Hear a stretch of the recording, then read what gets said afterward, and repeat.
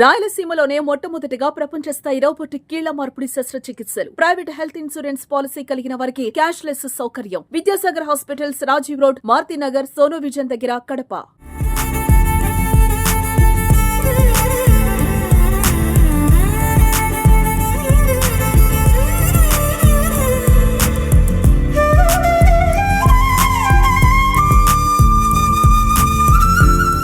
ఎప్పుడు లేని విధంగా నా భూతో నా భవిష్యత్తు అంటూ సాగుతున్నటువంటి మహానాడులో కొన్ని కీలక నిర్ణయాలు జరగబోయే అవకాశాలు కనిపిస్తున్నాయి. అందులో భాగంగానే నారా లోకేష్ కు ఓ కీలక పదవిని పార్టీలో ఇవ్వబోతున్నారు అంటూ ప్రచారం జరుగుతుంది. దీనిపైన మాట్లాడడానికి మనతో పాటు షాప్ చైర్మన్ రవినాయుడు ఉన్నాడు. ఆయన అడిగి మరిన్ని వివరాలు తెలుసుకుందాం. కీలకమైన బాధ్యత ఇవ్వాలనేది కార్యకర్తల అభిప్రాయం, అభిష్ట. కాబట్టి తదనుగుణంగా కూడా మేము ఇప్పటికే మా జిల్లాల్లో, నియోజకవర్గాల్లో తీర్మానాలు చేశాం. మా తిరుపతిలో కూడా మొన్న పార్లమెంటు మీటింగ్లో నేనే తీర్మానం ప్రవేశపెట్టాను, లోకేష్ గారికి జాతీయ వర్కింగ్ ప్రెసిడెంట్ ఇవ్వాలని. ఏదేమైనప్పటికీ చంద్రబాబు నాయుడు గారి నిర్ణయమే శిరోధార్యం. ఆయన ఇది క్రమశిక్షణ కలిగిన పార్టీ. ఆయన నిర్ణయానికి అనుగుణంగానే ముందుకెళ్తాం. మీరు అన్నారు కార్యకర్తలకు అన్ని విధాలుగా అండదండలుగా లోకేష్ ఉన్నాడు. అయితే పార్టీలో నిర్ణయాధికారం ఆయిందే అయితే యువతకు పెద్దపీట వేస్తారనే ఆశ చాలా మంది ఉంది మీలాంటి యువతలో. కాబట్టి నిర్ణయాధికారం ఆయనకు వస్తుందా పార్టీలో? అంటే యువత ఒకటే కాదు, పార్టీ మొత్తానికి ఆయనే ఇప్పుడు భరోసా. ఈ రాష్ట్ర ప్రజలకు ఆయనే భరోసా. ఒక వర్గంగా లోకేష్ గారిని చూడాల్సిన పని. ఆయన యువకుడిగా ఉన్నంత మాత్రాన యువతకే న్యాయం జరుగుతుంది కాదు, అన్ని వర్గాల ప్రజలకు న్యాయం జరుగుతుంది. కష్టపడిన సీనియర్లకి గౌరవం ఉంటుంది. నందమూరి తారక రామారావు గారితో కొనసాగుతూ ముందుకు వస్తున్న అలాంటి వ్యక్తులకి సముచిత స్థానం ఉంటుంది. అయితే కొత్త ఒరవడిని, కొత్త ఆలోచనల్ని, కొత్త విధానాలు రావాల్సిన పరిస్థితి ఉంది. ఈరోజు లోకేష్ గారు వచ్చిన తర్వాత అనేక సంస్కరణలు జరిగాయి. మేము చెప్పాం కదా, ఈరోజు 5 లక్షలు ప్రమాద భేద, అవన్నీ లోకేష్ గారికి ఆలోచించింది. ఇంత ఆలోచించే నాయకుడికి మరింతగా పదవి ఉన్నప్పుడు మరింతగా ఆలోచించే పరిస్థితి ఉంది. మరింతగా ఈ పార్టీ ముందుకెళ్తుంది. ఈ దేశంలోనే ఒక ప్రాంతీయ పార్టీ కోటి సభ్యత్వాలు చేయించిన ఏకైక నాయకుడు నారా లోకేష్ గారు. ఆయన దానికి సమన్వయకర్తగా చేసిన ఆయనే. కోటి సభ్యత్వాలు చేసినప్పుడు ప్రధానమంత్రి దగ్గర అభినందనలు తీసుకున్న లోకేష్ గారు ఇంకా కీలకమైన నిర్ణయాలు తీసుకునే పరిస్థితి ఉంటుంది. కాబట్టి అందరితో సమన్వయం చేసుకుంటారు. అందరికీ బాధ్యత ఉంటుంది, బాధ్యత ఇస్తారు, గౌరవిస్తారు. అయితే మా రాజకీయాల్లోకి యువత కూడా రావాలి, సంస్కరణలు జరగాలి.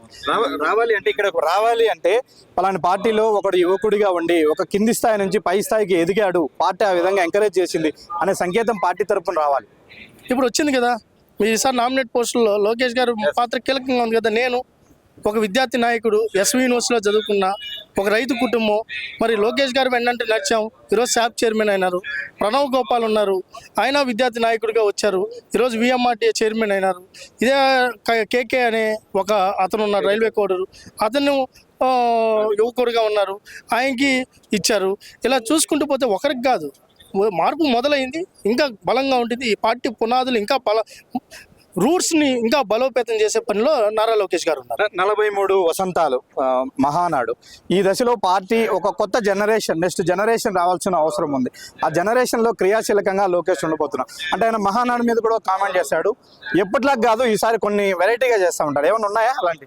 చూశారు కదా, మన 6 ప్రధాన అజెండాలు కూడా పెట్టారు. దాంట్లో యువగలం కూడా ఉంది. యువగలంతోనే ఒక కొత్త ఒరవడి రాష్ట్రంలో మొదలైంది. యువ రక్తం ప్రవహించింది. ఆ యువ రక్తానికి రాష్ట్ర ప్రజలు మద్దతు తెలిపారు.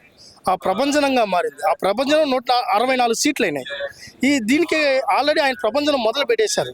అది నవశకానికి నాంది పలిపారు. ముగింపు రోజు, యువగలం ముగింపు రోజు విజయనగరంలో జరిగింది నవశకానికి నాంది.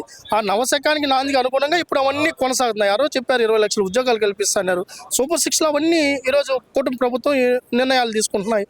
సూపర్ 6 కావచ్చు, తల్లి ఆ రోజు అమ్మ ఒడి అని వాళ్ళు ఉన్నారు, కానీ ఒక బిడ్డకి ఇస్తా ఉన్నారు. అలా కాదు, బిడ్డలంతా చదువుకోవాలి, ఎడ్యుకేషన్ సిస్టమ్ మారు రావాలి, ప్రతి ఒక్కరు విద్యావంతులు కావాలన్నారు. ఈరోజు తల్లికి వందనం పేరుతో ఈరోజు అందరికీ బిడ్డలకు ఇచ్చేది నెక్స్ట్ మంత్ ఇదే, ఇంకా అయిపోయింది 4 రోజులు.